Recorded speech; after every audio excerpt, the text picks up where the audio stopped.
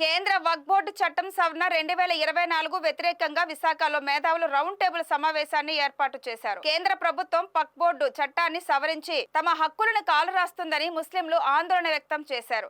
ముఖ్యంగా సవరణ పేరుతో బిల్లును తీసుకొచ్చి దాని ద్వారా తమ హక్కులు దక్కకుండా చేస్తున్నారని, పూర్వీకులు ఇచ్చిన ఆస్తులపై తమకు హక్కు లేకుండా చేయటం సరికాదని, తక్షణమే బిల్లును రద్దు చేయాలని డిమాండ్ చేశారు. ఈ బిల్లు ముస్లిం సామాజిక వర్గానికి వ్యతిరేకంగా ఉందని, కేంద్ర ప్రభుత్వం ఈ బిల్లును పార్లమెంట్లో రద్దు చేయాలని కోరారు.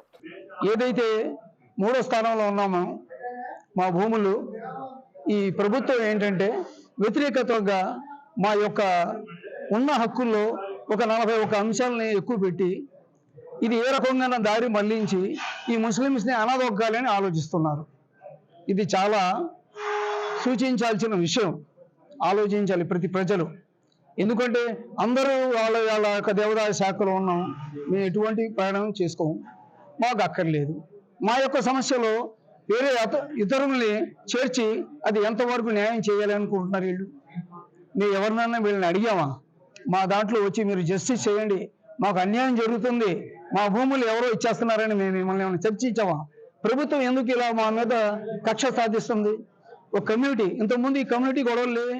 ఈ ప్రభుత్వం రానంతసేపు కమ్యూనిటీ గొడవలనే లేవు.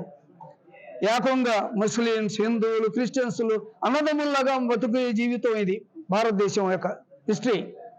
ఇందులో పూర్వీకులు ఇచ్చిన ఆస్తుల మీద మాకున్న అర్హత లేకుండా చేయడం అనేది అది చాలా మా దురదృష్టమైనగా ఆలోచించాలి.